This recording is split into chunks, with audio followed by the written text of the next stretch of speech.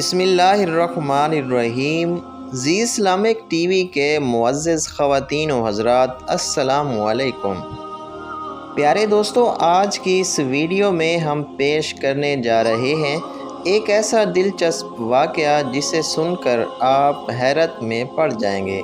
یہ واقعہ ہے شیخ عبدالقادر جیلانی رحمۃ اللہ علیہ اور ایک تندور والے کا، جس کا آٹا سونے میں تبدیل ہو جاتا ہے۔ اور پیارے دوستو، اگر آپ ہمارے چینل پر نئے ہیں تو ہمارے چینل کو بھی سبسکرائب کر دیں۔ محترم ناظرین، آپ رحمۃ اللہ علیہ فرماتے ہیں، ایک بار کا ذکر ہے جب میں بغداد شریف میں تھا۔ میں تعلیم حاصل کر رہا تھا جب میں اپنے گھر کو چھوڑ کر بغداد شریف آیا تھا۔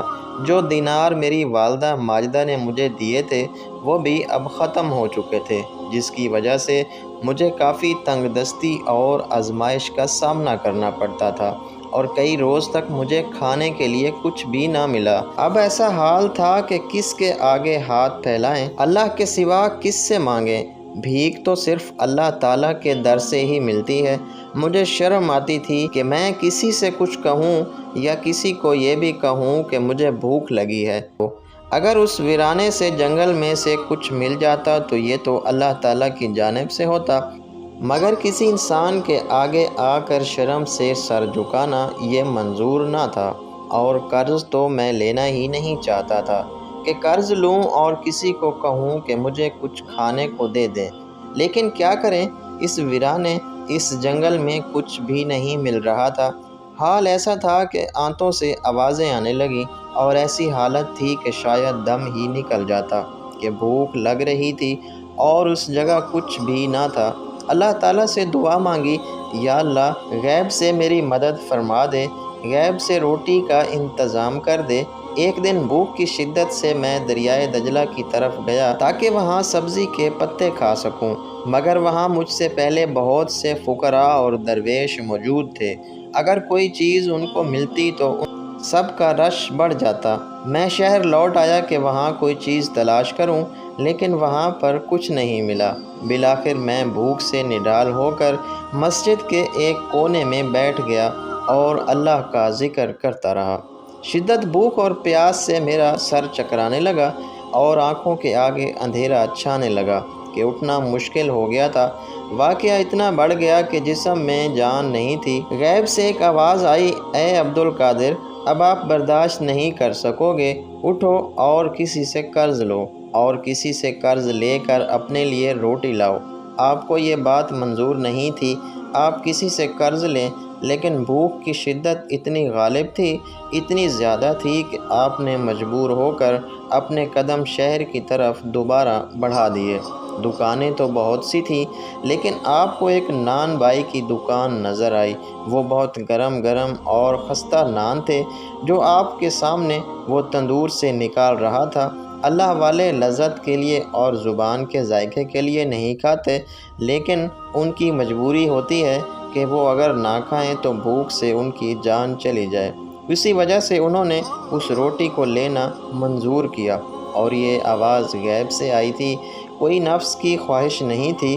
اب آپ چلتے ہوئے نان والے کے پاس آئے۔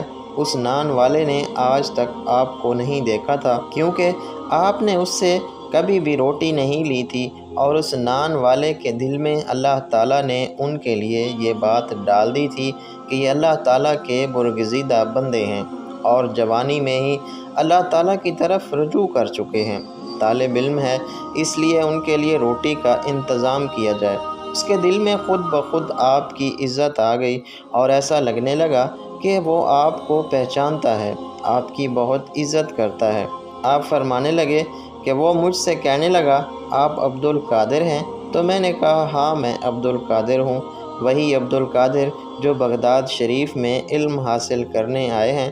اس نان والے نے کہا، کیا لینا چاہتے ہیں؟ میں نے کہا، اگر میں روز تم سے ایک نان لوں تو کیا تم مجھے دو گے؟ مجھے بہت بھوک ہے اور بھوک سے پڑھا نہیں جا رہا۔ نان والے کہنے لگے، ارے ارے، آپ کیسی باتیں کرتے ہیں، یہ تو سب آپ کا ہے، ایک نان کیا، یہ تو پوری دکان لے لیں، مجھے کوئی اعتراض نہیں ہوگا۔ لیکن میں نے کہا کہ نہیں، مجھے صرف ایک نان چاہیے، اور روزانہ مجھے 1 یا 1.5 نان دینا۔ اور اس کے بدلے جب بھی میرے پاس پیسے ہوں گے تو میں تمہیں قرض لوٹا دوں گا، کیونکہ میں اپنے سر پر کوئی بھی قرض نہیں رکھتا۔ نان والے نے کہا حضرت مجھے کوئی مسئلہ نہیں، میں نے آپ سے کہہ دیا کہ یہ سب آپ کا ہے، جتنا دل چاہے آپ لے سکتے ہیں، لیکن میں نے کہا کہ مجھے صرف ایک ہی نان چاہیے جس سے میرا پیٹ بھر جائے اور جس کی وجہ سے مجھ سے پڑھا جا سکے۔ اس کے پاس سے نان لیا اور واپس جنگل میں آ گیا اور اللہ کا شکر ادا کیا۔ میں اپنی کتاب پڑھنے لگا، علم حاصل کرنے لگا، علم کی منزل طے کیے جا رہا تھا۔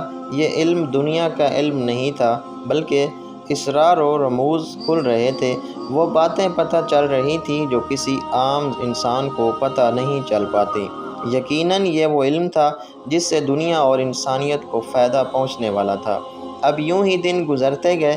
ایک دن آپ کے دل میں خیال آیا کہ میں تو روز اس نان والے سے نان لیتا ہوں اور وہ مجھے بڑی محبت سے نان دے دیتا ہے، میری عزت بھی بہت کرتا ہے، لیکن کیا یہ ٹھیک ہے کہ میں قرض پر قرض لیتا جا رہا ہوں، جبکہ میں نے اسے وعدہ کیا تھا کہ میں یہ اپنا قرض لوٹا دوں گا، لیکن میرے پاس پیسے نہیں ہیں، تو پھر میں کہاں سے اس کے پیسے واپس کروں گا؟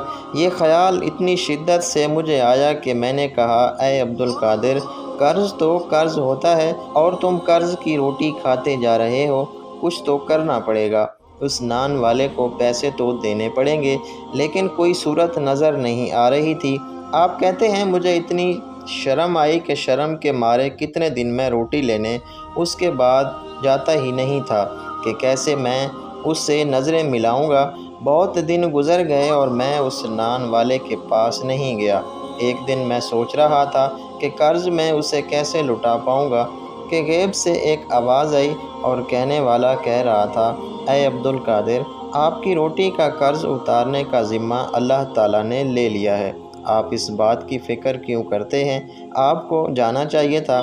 تو آپ نے کہا کہ میں تو یہ سوچ کر ہی شرما گیا کہ قرض کی روٹی میں کیوں کھاؤں، اب میں وہاں نہیں جاؤں گا۔ میں نے یہ فیصلہ کیا ہے کہ اس نان والے سے روٹی نہیں لوں گا اور اس کے پاس نہیں جاؤں گا۔ فوراً غیب سے آواز آئی اے عبدالقادر، قرض کی ادائیگی کرنے تو جانا ہی پڑے گا، اللہ تعالیٰ آپ کو بہت چاہتا ہے، آپ پر کسی کا کوئی قرض نہیں ہے، آپ اس کی فکر نہ کریں، آپ کے قرض کو لٹانے کی ذمہ داری خود اللہ تعالیٰ نے لی ہے، جو تمام جہانوں کا مالک ہے، جو بادشاہوں کا بادشاہ ہے، آپ کی ذمہ داری تو اس کے ہاتھ میں ہے، آپ کیوں فکر کرتے ہیں، آپ کیوں پریشان ہوتے ہیں؟ آپ نے کہا کہ میں روٹی کا قرض کیسے اتاروں گا؟ غیب سے آواز آئی اے عبدالقادر جیلانی، آپ اس جگہ پر جاؤ جو ہم آپ کو بتا رہے ہیں، بغیر کسی سے بات چیت کیے ہوئے وہاں جو بھی چیز ملے گی وہ اٹھا لینا اور اس سے نان والے کا قرض چکا دینا۔ آپ نے فرمایا کہ میں بتائے ہوئے مقام پر پہنچا۔ وہ جگہ آبادی سے بہت دور تھی، وہاں ویرانہ ہی ویرانہ تھا، کسی بھی انسان کا آنا جانا نہیں تھا۔ میں نے دیکھا دور ایک تھیلا چمک رہا ہے، اس تھیلے کے پاس گیا اور کھول کر دیکھا تو وہ آٹے کا تھیلا تھا۔ کوئی معمولی آٹے کا تھیلا نہیں تھا، بلکہ لگ رہا تھا کہ تازہ آٹا پیس کر تھیلے میں بھرا گیا ہے۔ اور آپ نے فرمایا میں دل ہی دل میں بہت خوش ہوا۔ میں نے آٹے کے اس وزنی تھیلے کو اٹھایا اور نان والے کے پاس آ گیا۔ اس نے کہا حضور یہ کیا ہے؟ میں نے کہا خود دیکھ لو۔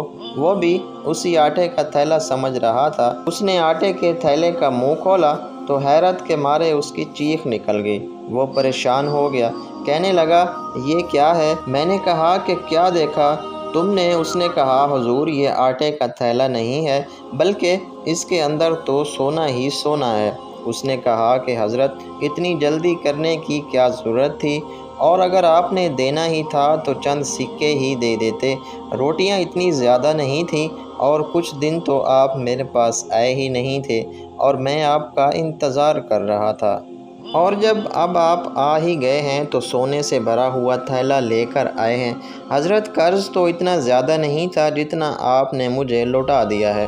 آپ فرمانے لگے یہ ہماری طرف سے نہیں، یہ تمہیں اللہ تعالیٰ کی طرف سے ملا ہے، اللہ تعالیٰ جس نے ہمارا ذمہ لیا ہوا ہے، اللہ تعالیٰ نے ہی تمہارا یہ قرض لوٹا دیا ہے، اور پھر جس کا قرض اللہ تعالیٰ اتارے تو اس کے پاس تو پھر بے حساب ہی رزق ہوگا۔ وہ نان والا آپ کا عقیدت مند بن گیا۔ تو میرے پیارے دوستو، اس واقعے سے یہ سبق ملتا ہے کہ اللہ تعالیٰ اپنے نیک بندوں سے بہت پیار کرتا ہے۔ اللہ تعالیٰ کبھی بھی اپنے نیک بندوں کو اکیلا اور تنہا نہیں چھوڑتا۔ اس لیے ہمیں چاہیے کہ ہم بھی اللہ تعالیٰ کے نیک بندے بنیں اور صرف اللہ ہی سے مانگیں، کیونکہ اللہ تعالیٰ اپنے نیک بندوں کو کبھی تنہا نہیں چھوڑتا۔ اللہ تعالیٰ ہم سب کو اپنے حفظ و امان میں رکھے اور ہمیں صرف اسی سے مانگنے کی توفیق عطا کرے۔ آمین ثم آمین۔